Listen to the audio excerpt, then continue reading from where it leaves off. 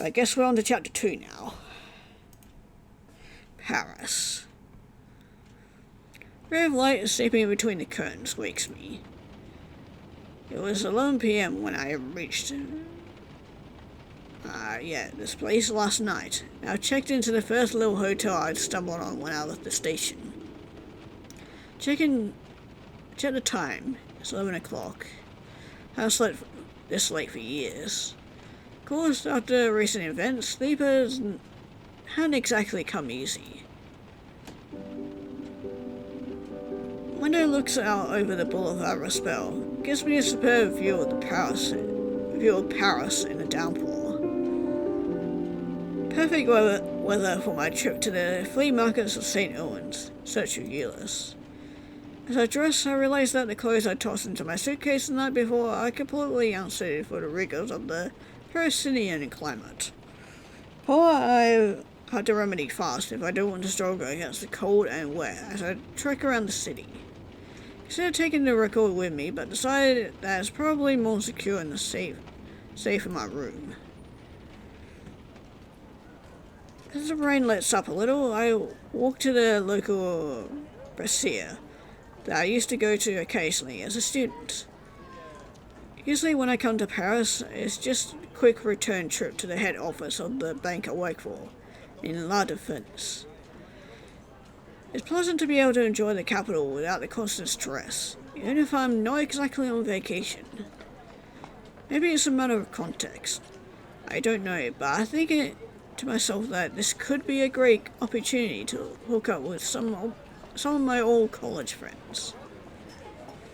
Sit on the terrace under the awning, light a cigarette, and order whatever that is, and a coffee. I mentally catalogue my old friends and realize that those that I haven't lost track of have, like me, moved out of the provinces. Of course, there's my old pal Frank Duval. Last I heard, he still lives here. I could call him, see if he wants to meet up for a drink. Do I call him or not?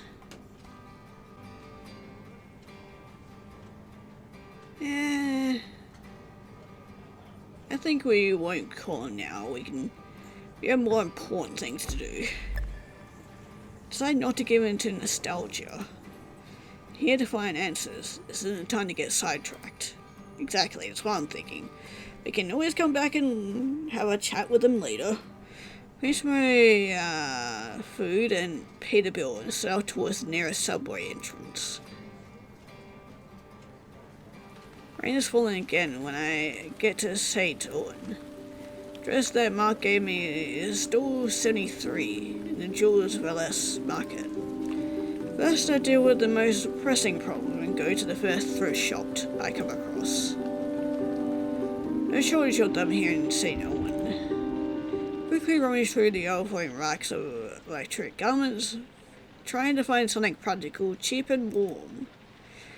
I like an old long coat with a fur collar. It's not exactly the type of thing I usually wear, but I think to myself, after all, why not? I slip it on, just my size. The woman at the cash desk assures me that it looks fabulous. A few hours later, but ready to face the full drizzle, I head out in the search of Ulysses' stall. The neighborhood is a real maze. I'm going in circles for some time before I finally stumble on the entrance to the Jules Vallès Market. It's well into the afternoon, and some of the stores have already begun to close up shop. I hope I'm not going to pay for my lie-in by finding myself facing a closed metal shutter. I make my way down a lane to Store 73. What's leads to the old record store I had hoped to find, the place is taken by a bookseller. But further along there's a store selling 1950s furnishing, which also has a few boxes of old records. Above the storefront, a sign announces Patty's Store, Hardware and Records. Maybe the owner, a young woman who looks like Betty Page imitator, will be able to help me. On the other hand, the bookseller is unhurriedly moving his boxes of books inside. Bookseller, mustached old man, watches me with interest. Probably trying to decide whether he should come over to me or let me go to him. Ooh, who do we question? I reckon we go question Patty. She seems to be the one that might know where Euless is, seeing as she has the records and whatnot there. Questioning Patty seems to me like the more promising option. Turn away and head towards her record and furniture store. Approach the young woman who is writing in a large notebook. Jay's account, probably. Hello. I guess you're Patty? Looks up at me and answers with a slight Italian accent. Yeah, not going to try and pronounce that. Patty's with a tourist. What can I do for you? Looking for a record store owner. His name is Euless. I was told pitch 73, but there's a bookstore there. Does it ring a bell? Pat gives a broad smile as she gazes at me. Let me guess. Alice, right? Burst out laughing at my startled expression. Delighted to have astounded me, but without a trace of spite. That's funny. You're not at all how I imagined you'd be. But how? Well, it's simple. Euless told me about you, of course. Really screwed his head up when you left him, you know.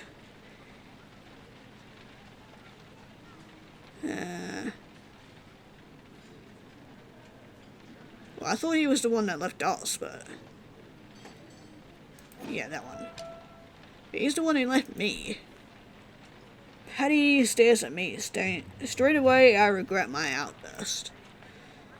How do you two know each other?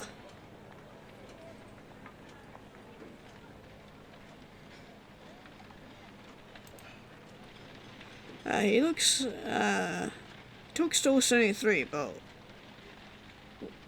what, 3 or 4 years ago? It was just next door and he seemed nice, so I went over to say hello and we became friends. That tells me they were more than just friends. I'm reluctant to ask her.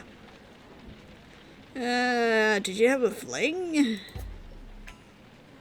It tells me you were more than just friends, right? Yes, we were having sex, your man and I. Okay, thanks for being blunt with me, I guess. You lived at my place for a while, when you first arrived in Paris. But it didn't work out.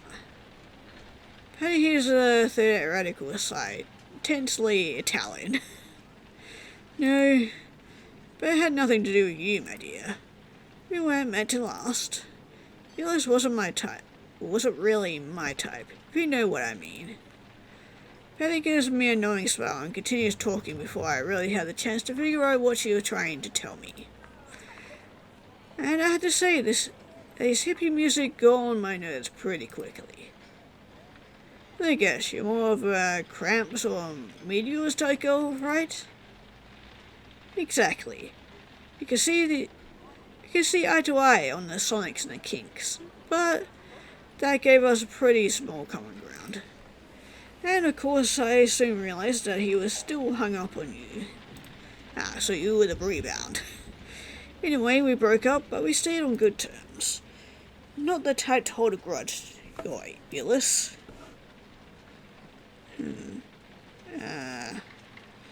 Probably best not to mention the record, seeing as people are looking for it, so let's ask the whereabouts of Euless. Do you know what happened to him after he left Paris? He left in a bit of a hurry, but I think he said something about England, London, if I remember right. That's a bit more further away than Paris. What do you mean, in a hurry? Well, it's pretty much happened overnight. Do you want to tell me exactly why he was leaving? To tell you the truth, I thought he was leaving for you, to go back to you. Guess I was wrong. Patty rummages in her bag and pulls out her cell phone. She checks the time. Time to close up. Do you have any plans for this evening? Question catches me unawares. I don't have anything planned. Why? Perfect. In that case, you're coming with me. I'm going to introduce you to someone who might be able to tell you more about Euless. Help me shut up shop. Help Patty stow away the record crates and small pieces of furniture that were beneath the awning. Then she pulls down the metal shutter. We walk past store 73. The owner has already shut up shop. A pity. Then we head towards the way out.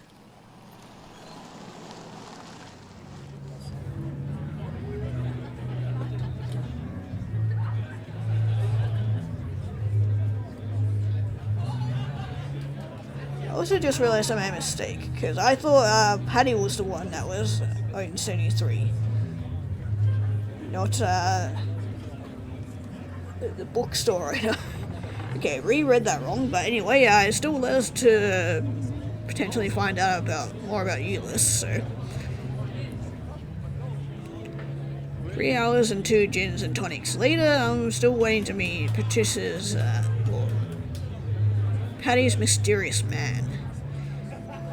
We left Jules Vallis Market and we caught a metro, then another. Patty had steered me to a gaudy bar in a little street on the 11th arrondissement near the Bastille. Music and electric mix of garage, rockabilly, and psychedelic blaring out at an almost deafening volume. An extremely reasonable price of the drinks seemed to be the major selling point of the joint. Found Patty's friends. Quickly headed up. Paul and John are record store owners. I recall meeting Euless when he was in Paris and going out with Patty. This doesn't particularly surprise me. Euless tends to stick in your mind. Justine works at a town hall in the 8th arrondissement. Claudia in a clothes shop on the Chalet. Luke, who must be getting on for 50, is part of the technical crew at the Olympia. Talk a lot about music. Chat a little about our lives. Paul tries to flirt mildly with me, but Patty freezes him with a look and he stops a little embarrassed. When I ask Patty which of her friends I should question about Euless, she tells me that Enzo isn't there yet. They'll be there later, after work. Ordering another drink when I feel Patty's hand on my arm. Shakes in my ear above the hubbub. Come on, I'm gonna introduce you to Enzo. Follow to the end of the bar to find that a new arrival has just joined the little group. Man rather advanced in years, dressed in a velvet suit with a flowery shirt. Gives a shout of laughter, an easy smile creasing his wide bearded face. Presence is majestic. The image of an old wizard runs through my head, but I have a sense that this man is very down to earth, rooted in reality and delighting in life. Ah, Patty. I don't know how to speak French, so. Kisses the young woman affectionately, like an old uncle kissing his favorite niece, which makes me wonder if they may be related in some way. He seems like the cool uncle type. Then he turns to me. Good evening. I think we don't know each other, yes? No, I'm Alice. Nice to meet you. He's with a strong Italian accent which strengthens my idea of a family connection. Enzo, I don't know if you remember Euless. You know, I introduced you. At the mention of my ex, a shadow passes over the old man's smiling face. Alice is looking for him, and I suggested that she meet you, seeing as you and Euless got on so well. Do you know what happened to him after he left Paris? Enzo gestures me to follow him. Come with me. We're going somewhere we can talk without shouting. And probably with a bit more privacy, because I get the feeling he may know why we're snooping around. Enzo and I walk out of the bar and out the road to a little courtyard. Enzo sits on a bench. I sit down next to him. Lights a cigarette, then offers me the pack. I accept one and let him light it for me. Not gonna make any bones about it. If I mention a certain record, 45 with a white sleeve, well, caught off guard by this question. Should I be wary of this man, or can I trust him? Yeah, I reckon we can trust him. Tell the truth. Yes, I know the record you're talking about. It's one of the reasons I'm trying to find Euless. Suppose it's because of this record that he got in contact with you, right? Insay smiles. Yes and no. As you would guess, yes, I listened to a record a long time ago. But the fact that Euless and I met is really just by chance, or destiny. Have you seen the film The Sickle Rogue? No, I have not. Oh, sorry, it doesn't ring a bell. That doesn't surprise me. It's a very old French crime movie with Alain Delon and Yves Montand. Probably butchered those names, I'm so sorry. At the start of the film, Jean, the director, invented a quote which he attributed to Gautama, and which I think perfectly applies to all the people who have listened to that record. When men, even unknowingly, are to meet one day, whoever may befall each whatever the diverging paths. On the said day, they will inevitably come together in the red circle. See my confusion into ads. There aren't so many of us to have listened to the record, but our paths keep crossing, as if our fates were linked. Suppose you have listened to the record too. You must understand what I'm talking about. I try to look unfazed, but something tells me that Enzo is no fool. Believe it or not, I really did meet Euless by chance. What were the chances that he would rent the pitch next to my nieces, or that they would hit it off? So much that she'd introduced me to him, because we shared a passion for psychedelic music. It's true, that's strange. Why are you looking for him? He contacted me by mail a few days ago. Knew straight away that something wasn't right. Then he takes a deep breath and rolls his eyes. I want to know more about the record, to know where it came from, to know how it worked. Tell me about you, you know. Yeah, that doesn't surprise me. I understand. I talked about him too sometimes. And I mean, you talk to Patty about me as well, so.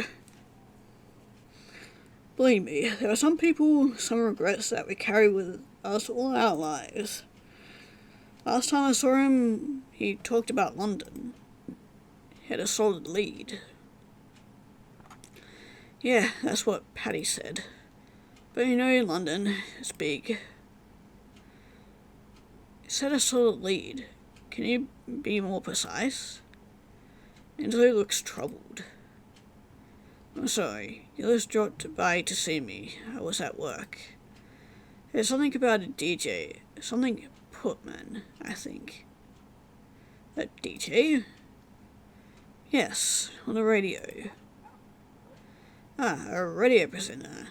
Did you say which station? Enzo shrugs. That doesn't help me much. But it's better than nothing, I suppose. Enzo must see the disappointment in my face, because he adds, if I'd known you'd be looking for him, I'd asked for more details. Very quiet for a moment. I think Enzo has told me all he knows about Euless, which isn't much. I could cut the conversation short and suggest we go back to the bar. I could also ask him to tell me a story, and tell me how he came to have the record. Ooh. Sure, let's ask about the record, because not like we're going to be able to ask many other people. You told me how you came to have the record. Long story. Are you sure you want to listen to the ramblings of an old man? I smile. Yes, since I asked. course I'm interested. And so he looks delighted. Very well, I warned you. I played in a musica psychedelia band when I was young in Italy. We played a lot of concerts. We even took part in some of the big festivals at the time. Glastonbury, the Isle of Wight. We weren't as good as Airplane or The Dead, but we weren't bad. We released a record with a little label over there. What was your band called? I'm not even going to try and pronounce that. That means Heart of the Earth. Well, I couldn't find the words to tell him that the name meant nothing to me, and so he rescues me by confirming my adding, oh, it's normal you've never heard of us. We didn't sell much. When I'm in a record store, I always check the 60s box, hoping to find a copy, but I've only come across 4 since the band broke up. I guess the unsold ones are in a warehouse somewhere, or they've just been destroyed. Came out in 1971. The golden age was almost over. If we had started a few years earlier, we could have had a chance. At least I think so. Anyway, we were discovered by Vertigo. Philip's experimental label? That's it. They were already a prestige label at the time. Thought if we signed with them, our success was guaranteed. Our guitarist promised them a really ambitious concert double album. Just released 666 from the Aphrodite's Child, and I thought we had the chops to make the same type of album, but with our Italian feel. Sent us to Paris to record at our Europa Sonore studio, where Aphrodite's Child had recorded their album. That's where I listened to the record. Record company has sent us this Russian to deal with the production. I'm not even going to try and pronounce that name. Really talented guy. The stuff he could pull out of a studio recording was miraculous. But how should I say it? He was crazy. Crazy? Which way? Where do I start?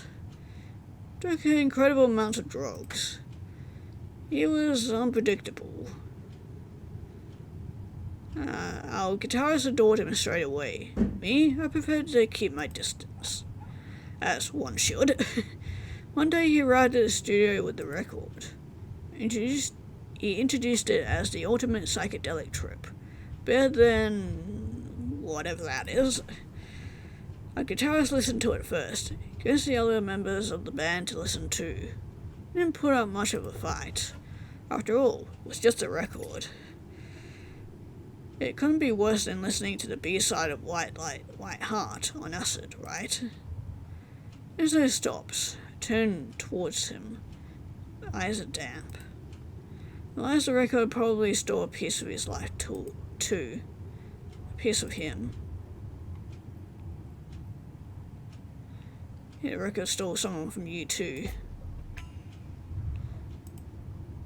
And so sighs. Yes, you could say that. The record made me relive my past. Before I listened to it, I was married and my wife, Julia, was expecting our first child. When I came back to reality, she was dead. Car accident 2 years earlier. And it was my fault. Man, that is fucked.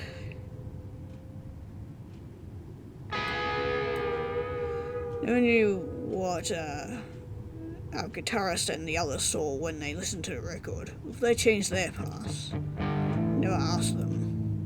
Of course, I listened again and again to the record the next day to realize it destroyed my life. Whatever that word is. And did you succeed? No. The record never again gave me a moment when I could have stopped the accident.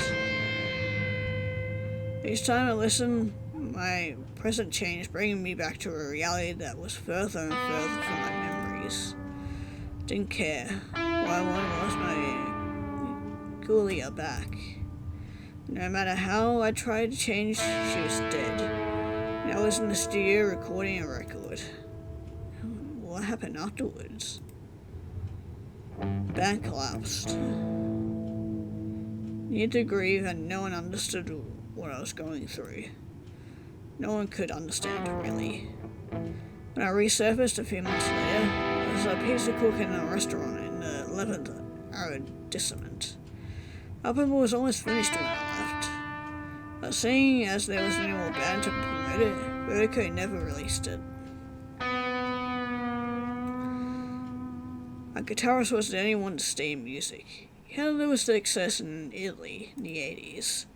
Disco track under an American-sounding stage name. Then my sister moved to France after she separated from her daughter's father. Her daughter, Patty, I suppose? And so smiles. There you go. Now you know everything.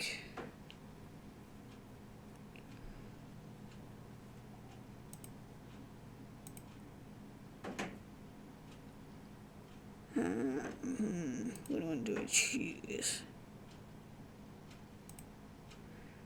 Do you know where the record came from? Do you know how your sound engineer Sergey how he got the record? I can tell you what he said to me at the time, but I can't promise it's the truth. I shrug. Go on. Sergey won it in a poker game in a hippie commune in Germany. Really? To record the details, he was always telling unbelievable stories, but then some of those were confirmed by people I trusted, so who knows? Why not that one? And before Germany, there were several theories about the origins of the record. According to Sergey, the record was recorded by Timothy Leary just before he left the United States. Timothy Leary? Yes, one of the leaders of the counterculture. He researched LSD use and crusaded for its legalization in the 60s. Hang on though, in that case, why didn't you just follow that lead? Surely you'd be in Berlin or Munich instead of London, right? Oh, of course Ulysses tried that lead when I told him my story. He even went to Germany last year. Fortunately, that was a dead end. Sitting in silence on the bench. And so he has lit another cigarette. Finishes it, crushes it out, and we go back to the bar. Well, he definitely got a lot more information about the record, which is great. Places start to empty. The end of the evening is drawing nearer. Background music, family rock and roll when we left, has mellowed into soul. Probably Al Green or Wilson Pickett. Our group has migrated to a table at the back of the bar. Pick up my barely touched drink and sit down. The ice has melted. Pity. As I chest a pull, it looks so cheery, as if nothing was wrong. I'm trying to organize my thoughts when I feel a hand on my thigh. Patty sits next to me. Was Enzo able to help you? Consider the question for a few seconds. Honestly, he mostly just confirmed what I already knew. That said, he was kind enough to tell me about his past. The record stole his wife from him. That word, as he says. Lisa Sean is still alive in this reality, but I reaffirm my belief that the record shouldn't be used lightly. Who knows what strange version of me I should find myself in. Realize that Patty is still waiting for my answer. Ooh, we got 3 choices this time. Yeah, he helped me. Yes, thank you for introducing me to your uncle. He confirmed that I was on the right track. That's great. And let us get to know each other better too. We are interrupted by Justin, who is getting up, signaling signaling us that she is going, closely followed by Claudia and Paul. We exchange kisses. Luke, John, and Enzo seem deep in heated discussion. Patty turns to me. I'm going to head out soon too. Can I offer you a last drink at my place? They're 3 blocks away. Yeah, I was born yesterday. The signals of Patty have been sending me all evening are pretty clear. It's clearly not a last drink that she's offering. Ooh, I wasn't picking up on the signals, but if we're going there... One hand, I can see us cheating on Sean, but in this reality, we're not together, so... On the other hand, the moment will probably be erased when I listen to the record again. Played with a few women during my first years of college, but never took it all the way. Maybe I was too conventional. Maybe I was scared of being ostracized. The moment outside my true reality, wouldn't it be the right time to try something new without risking the consequences? Ooh, you know what we'll pick? Option I'm picking. Any excuse to be a lesbian. Yeah, definitely like my woman like I like my wine. I mean, I don't really like wine, but I like them fine. Okay, never mind. Okay, I lost drink. Put my hand over hers. With pleasure. So, let's go. Patty gets up and says goodbye to her uncle and friends. Do the same, then I follow her out and we're swallowed up by the Parisian night. Let Patty guide me through the narrow streets. After several hundred meters, I had the feeling of being washed again. Oh no, not again. I just thought I was going to end this night with a good time. And I think it's that person that's standing behind us too. Patty notices and asks me what's wrong. I feel like someone's following us. Do you think? Looks around. Oh, you're right. I know this guy. Further down the sidewalk, I can make out the shape of a man in a leather jacket. Hey, stop following us, Eddie. We've seen you. Eddie? Yeah, it's actually Sean Grenville, but he prefers to be called Eddie Black. He's a loser, a has-been.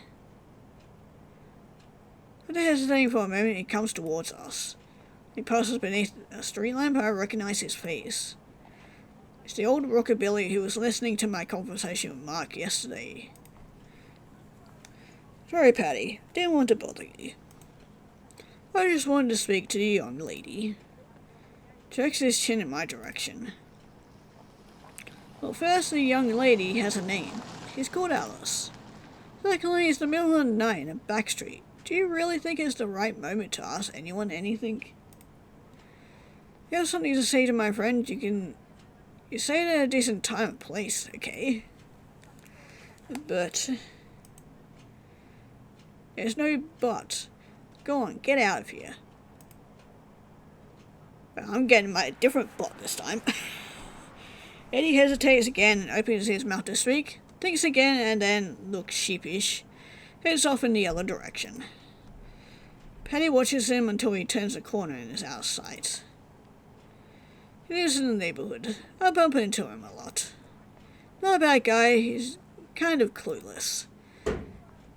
Wouldn't stop hassling Ulysses about some rare record.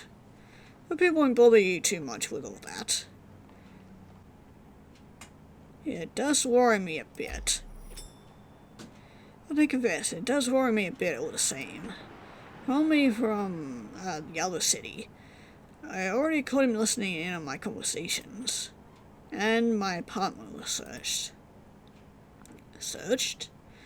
Honestly, I can't see Eddie breaking into people's homes. Are you sure it wasn't just a burglary? I shake my head. No, whoever broke in didn't steal anything. It has to have something to do with Ulysses. I know what he's got himself into, but I'd be careful if I were you. Penny stops in front of a turn-of-the-century building with a coach gate. Well, we're here. She rummaged in her bag for her keys. Then we climbed to the 6 flights up to her little apartment under the eaves. Interior reflects her perfectly. Lush and whatever that word is, with lots of 1950s furniture. Petty kicks off her heels and sets off her jacket and bag in the entry hall before choosing a record to put on the turntable. She directs me to do the same while she goes to get a drink. Sit down on a shabby old sofa. Crackling of the record gives way to the smooth voice of a crooner, accompanied by a few solitary piano notes. Probably Sinatra. Patty returns with 2 cocktail glasses full of clear liquid. I was bobbing at the bottom of each. Found the making of gin martini. Hope you like it. Puts a glass on the coffee table and snuggles up against me. After all the signals she's been sending me this evening, tensions couldn't be clearer. I really didn't want this night to finish in her bed. I need to tell her now. That in mind, I need to be extremely tactful if I don't want to upset her. I can also take the lead and show her that we're on the same wavelength, which we are.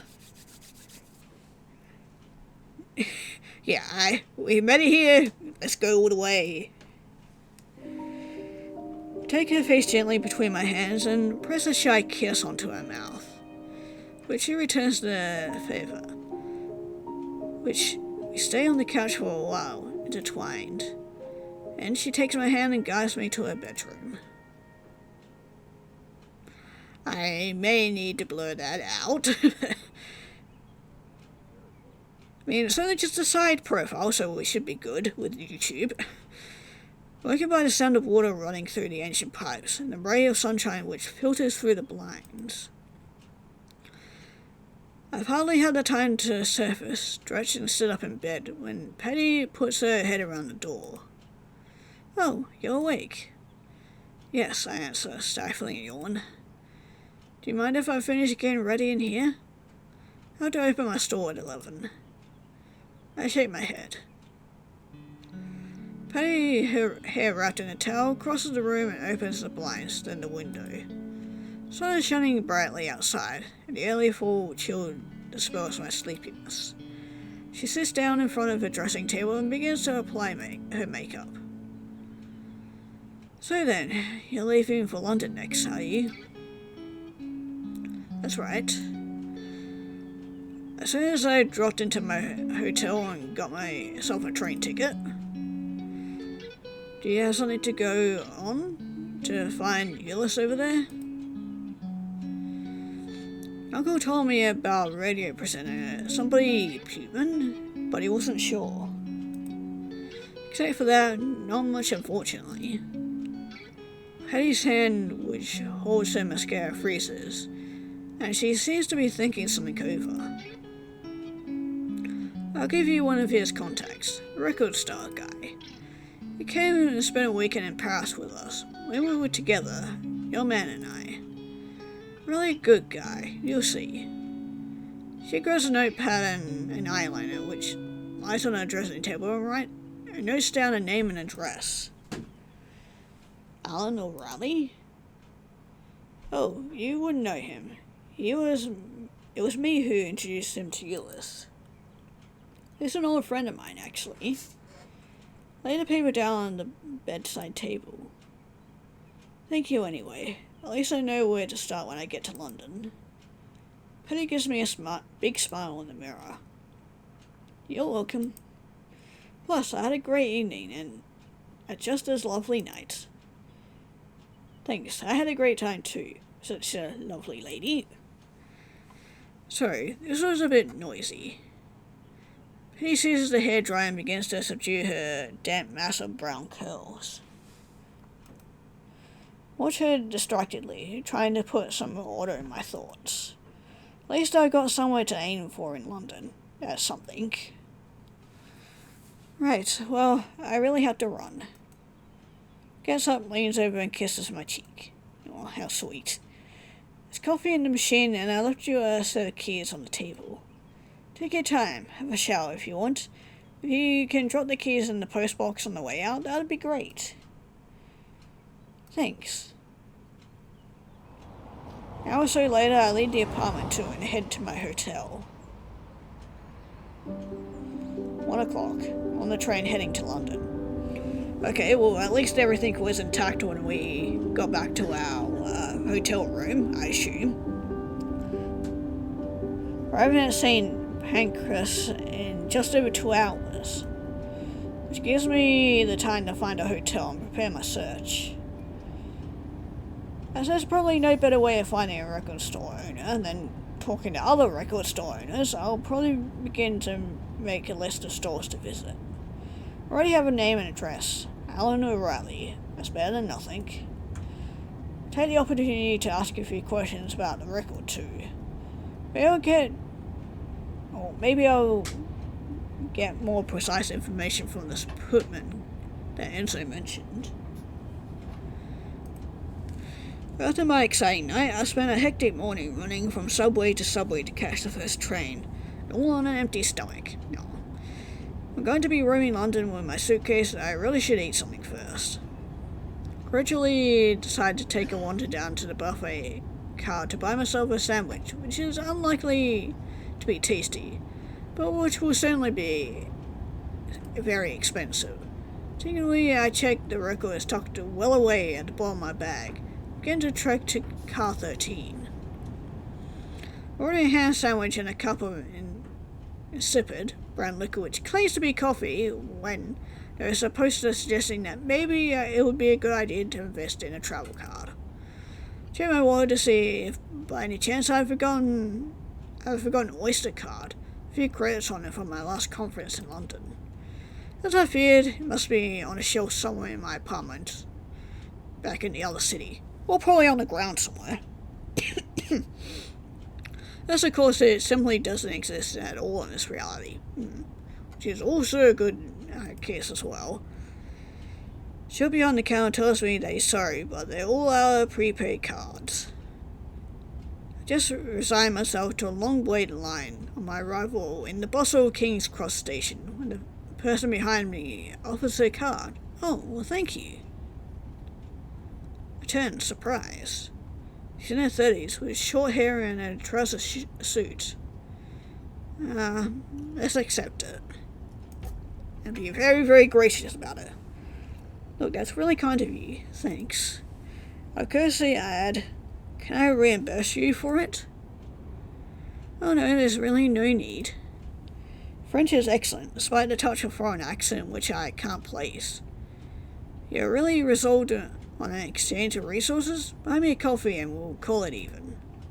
Also cash, and avoid me paying the card charges for such a small amount.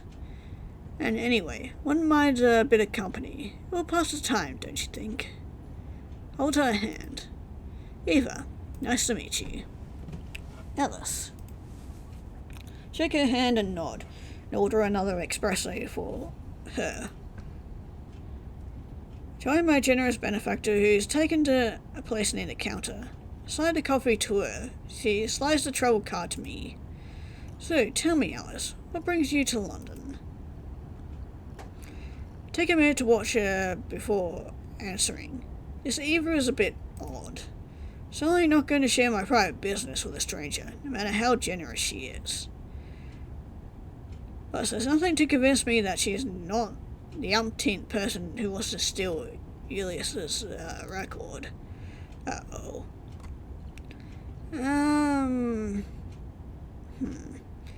Or she could be distracting me while somebody rummages through my bags.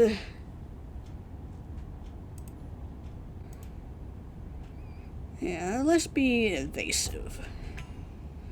Looking for someone close who I've lost contact with. Apparently he might have gone to London. Oh, that's exciting. Someone close. Maybe an ex-fiancé. Yeah, close enough. Not exactly. We were never engaged, but we did live together, yes. That's a romantic story. I like it. Wonder why you wanted to make contact again. Let me guess. I'd say that you lived through something that's changed your view of the world. You're looking for answers, isn't that it? Very specific. Voluntarily stiffen.